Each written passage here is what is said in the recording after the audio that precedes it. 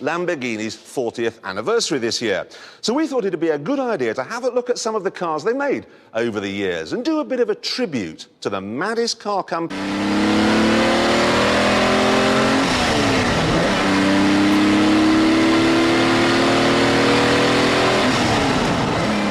This is the origin of Lamborghini as we know it today. More than that, it's where the modern supercar begins. It's the first, the daddy, the Miura.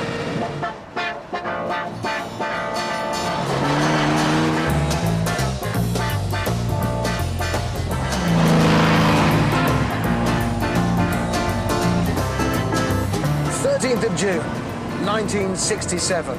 That was the day the first Miura arrived in Britain. And just imagine that body shape coming down your high street in 1967. Only the sight of Harold Wilson on LSD could have caused more of a stir.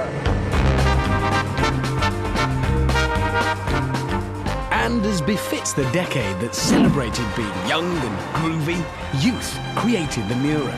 The man who designed its gorgeous body was just 22. Think about that. What were you doing at 22? At that age, the cars I was drawing still had guns on them.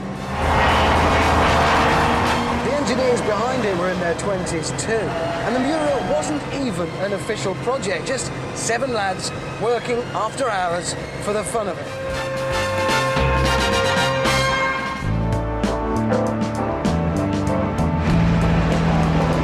They didn't realise it at the time, but those 7 impetuous young engineers were about to spark a revolution.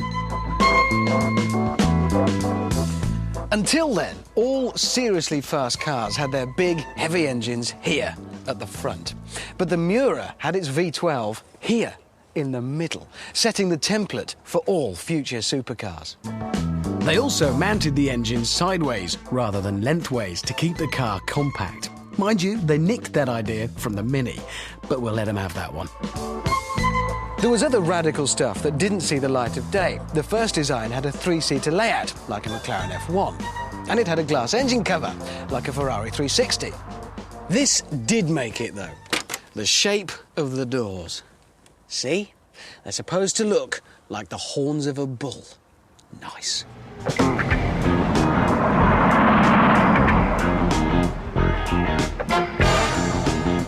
So, beautiful and ingenious it may have been, but in terms of driving, you were still at the wheel of a bit of a dog's breakfast. The fuel tank was over the front wheels, so as it ran low on fuel, it went light at the front end, which meant you couldn't steer. Nice touch, that. Keeps you on your toes. The interior is, well, tiny, and every now and again the carburetors would spit petrol onto the hot engine, and the whole thing would go up in flames. Good. It is not an easy car to drive, but it sounds like that.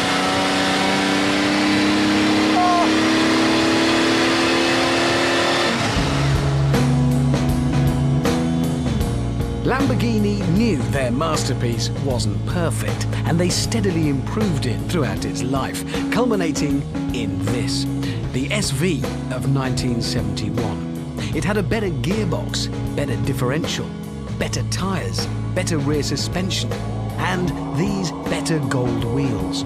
Do you know what it was? It was better. And like all Miuras, it was the car of choice for a better sort of person. People like Frank Sinatra, Rod Stewart, and this bloke. That's such a glorious noise. Jamiroquai frontman JK is a huge Miura fan. This car was so ahead of its time, you know.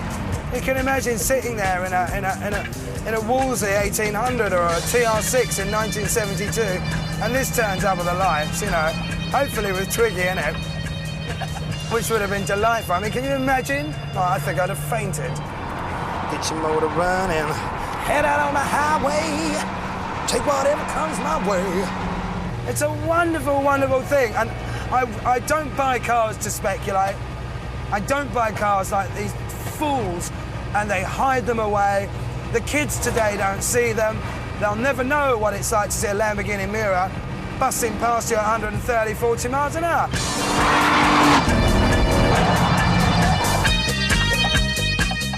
This, to me, shouts out. Matchbox car, 1972. There I am, on the carpet. You can remember it. You know, I mean, that's what it shouts out to Now me. you've got a big and there one. it is. Now I've got a big one. Jay, I Right. did notice there's no window in. Well, I'll tell you what I did with the window. Reenact it for us. I will reenact it. Go on then. Oh, you closed the door. You mad, impetuous rock star fool. You were You asking know, for I trouble, mean, that's Jay. rock and roll, hey? The Miura lived a short life, just 6 years in production, during which time 761 were made, that's all. But it established Lamborghini in massive style.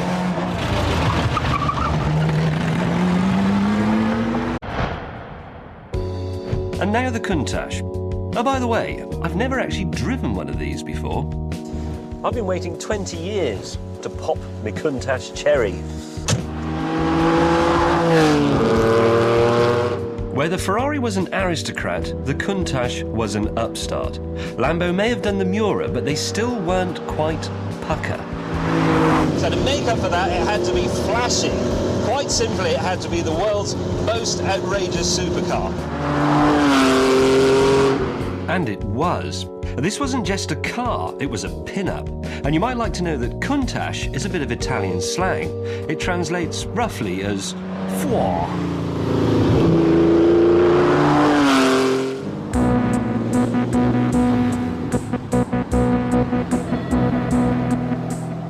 This is Letchworth. It was the first garden city in the world and the site of the world's first roundabout.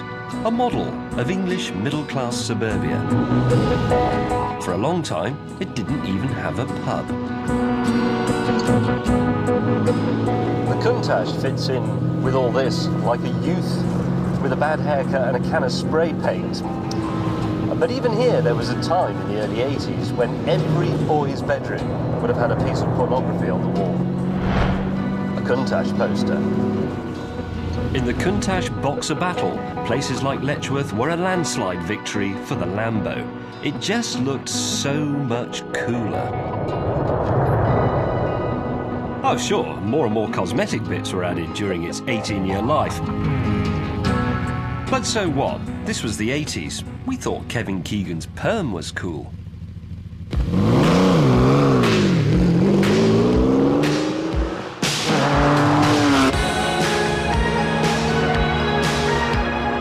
I was always in the Countach camp, and I can tell you, off the top of my head, that this one's an LP400S. It does 180 miles per hour and 0 to 60 in 4.6 seconds. It also has some of the fattest rear tyres ever fitted to a production car at 345 millimetres. Listen to that. I absolutely knew it would sound like that just by looking at the pictures.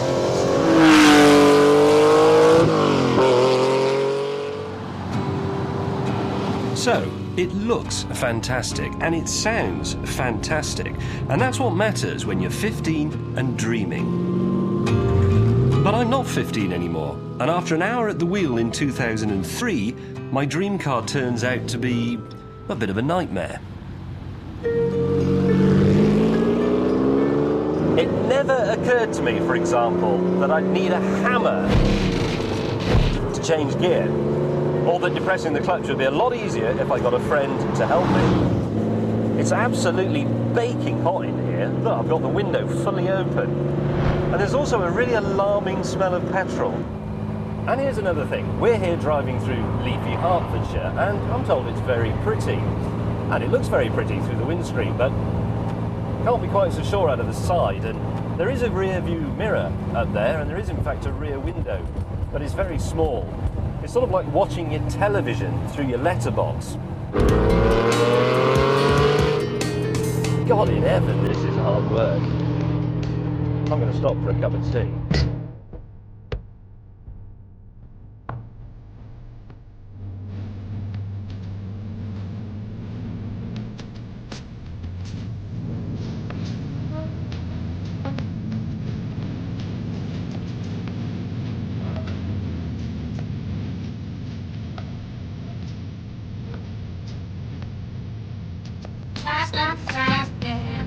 your mind and sing a little song. Go.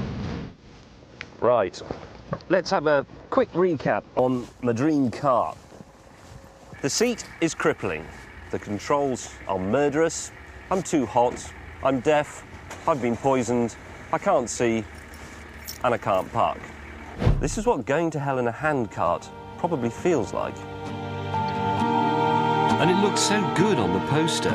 In fact, I wish it had stayed there. I'm absolutely gutted. But you know what? It's not the car's fault. It's mine. I've broken a golden rule. You never, ever meet your childhood heroes. Roger Moore, Lamborghini Countach, Brian Cant. Stick with the memories. They're just better.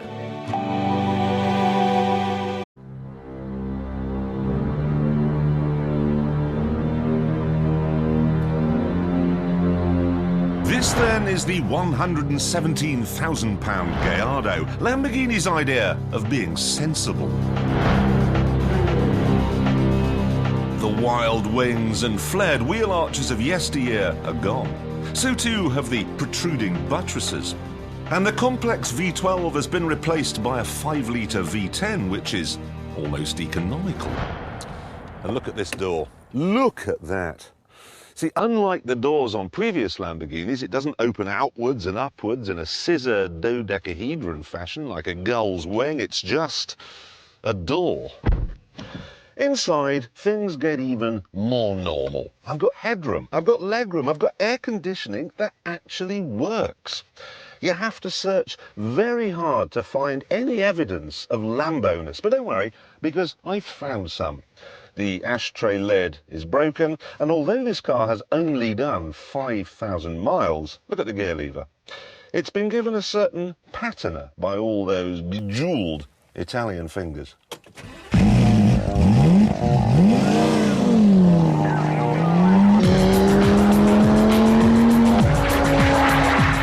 Overall, though, the Gallardo does seem to have cleaned up Lambo's act.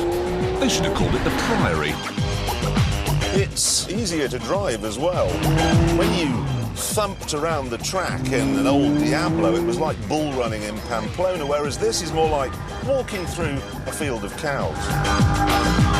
It's not even slightly scary. Steering's light. When you press the clutch pedal, it's like stepping in some blancmange. And what's more, for the first time ever in a Lamborghini, I can see where I've been.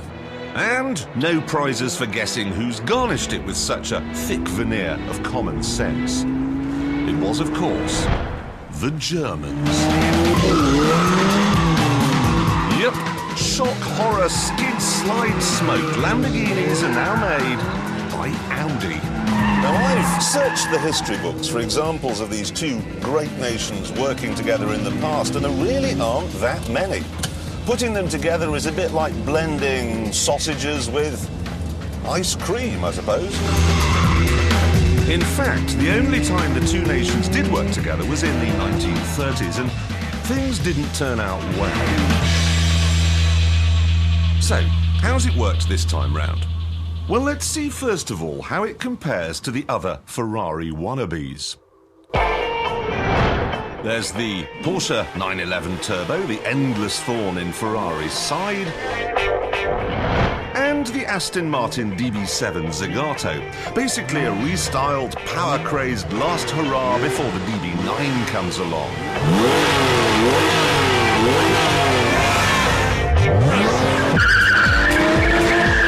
These cars are very fast. But the Lambo, despite the new one-cowl styling, looks like it's going even faster, even when it's standing still.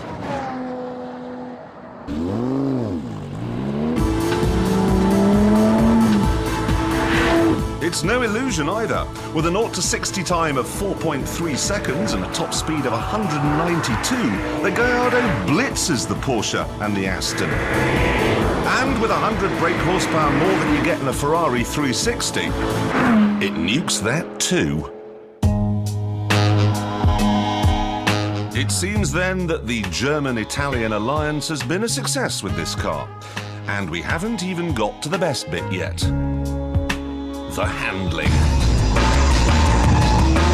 This is where a Ferrari 360 gets tricky. Drive too fast round a bend in it, and it turns into a small dog, spinning round your legs and wagging its tail. This is in a different class. This is epic. It's like a big Lotus Elise. This is the first four-wheel drive car I've ever driven that has no understeer at all. It is fantastic. Turn in, oh, that is lightning reactions. It changes direction like a fly.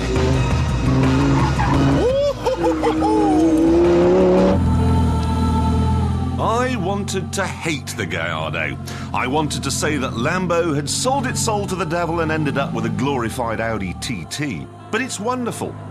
Except for exactly the same thing that nailed the Bentley Continental in last week's programme. The problem is, they've got rid of the Lamborghini idiocy, but some of the magic has gone as well. Some of the X factor that makes a car special. Let me put it this way. There are many children's stories. Mog, Kipper, Spot, the famous Seven, the Secret Five, Paddington the Pooh, Bob the Tank Engine, Thomas the Builder. But there's only one Harry Potter. There's only one Ferrari too, and this isn't it. Having thought about this, not much of a tribute to Lamborghini, really, is it, this show? Why? Well, if you think about it, I demonstrated that the Miura was deeply flawed. Yeah. You hated the Countach, and now you don't like their new car. No. The thing about this is that I do truly believe it's a better car than a Ferrari 360. Right. But when you buy a Ferrari, you're getting so much more than just a car. You're getting that whole kind of golden glow of 50 years of Ferrari ownership. That's exactly what I was trying to say in that Countach piece. Because a Lamborghini isn't a Ferrari, it has to be ridiculous. Exactly. What does everybody think? What's the best Lamborghini of them all? Hands up, you got any thoughts? What do you reckon? Diablo. The Diablo's the best of them all? Yep. That was pre-German? Yep. Right, anyone over here got any thoughts on what they think? The what? Miura. The Miura? Miura, yeah. Miura. Miura. And do you know something quite interesting here, guys? They're all wrong. I thought that might be coming, Jeremy. Yeah. We're back in Jeremy's democracy. This is the best Lamborghini of them all. Because what you've got here is you've got the kind of Germans building it, making sure that it actually comes out of the factory on time, but you've got Italian engine, Italian four-wheel drive, Italian styling, sprouty things coming out of the back. That, for me, is the perfect Lamborghini. It's the peak. And now, sliding down a bit. Well, let me put it this way. A picnic, OK? If you went, you'd want the Germans to make the hamper so the handles don't fall off, but you'd want the Italians to make the food. Yes? That's what you get with that. It's a German-Italian picnic where the Italians have done what they're good at and the Germans have done what they're good at. With this, the Germans have done the food.